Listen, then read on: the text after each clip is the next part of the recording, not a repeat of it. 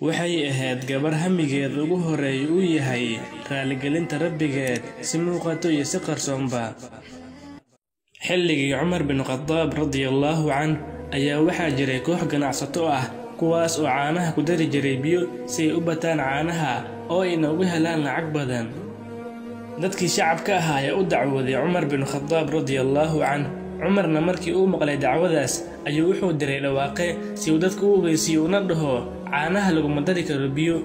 ciddii caanaha biyo ku dartana waxay ciqaab kala kulmi doontaa amiirul mu'miniin. habeenada ka mid ayay soo baxeen Cumar bin Khattab iyo qaadimkiisii oo lagu magacaabi jiray Aslama, waxayna u soo baxeen inay soo ogaadaan xaaladaha shacabka. kadib socodkii ay ku daaleen, Cumar waxa uu ku fadhiistay dhagax si uu ugu nasto. kadibna waxa uu maqlay haweeney gabadheeda ku dhahayso istaag oo caanaha ku dar biyo. gabadhii ayaa ugu jawaabtay hooyadeed, hooyo miyaadan maqlin ogeysiiskii uu bixiyay Cumar? hooyadii ayaa tiri, oo muxuu ahaa ogeysiiskaas?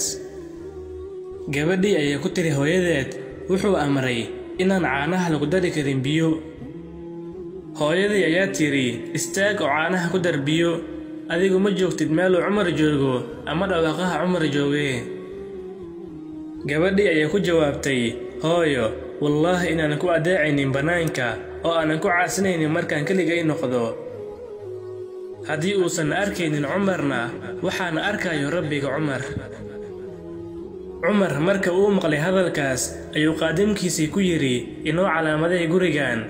marka uu waaga baryana iisoo ogow gabadha arrimaheeda iyo inay leedahay wax nin ah.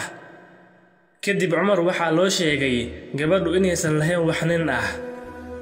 Cumar marka uu maqlay hadalkaas ayuu u wacay saddexdiisii wiil ee kala ahaa Cabdullaahi iyo Cabdiraxmaan iyo Caasim. waxa uuna ku yidhi, ma idinku jiraa qof u baahan guur? Cabdullaahi iyo Cabdiraxmaanna waxay dhaheen, waxaan leenahay xaasas. Caasimna wuxuu dhahay, aabe anigaan lahayn xaas ee ii guuri.